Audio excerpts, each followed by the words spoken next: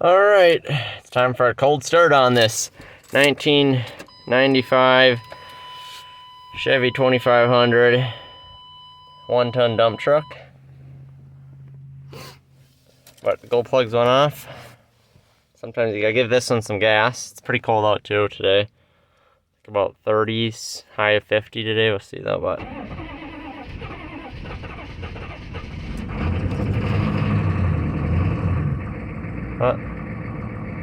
there we go.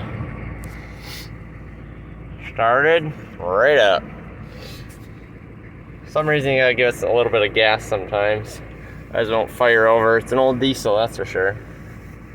But alright, thanks for tuning in. Peace out. Chevy for life.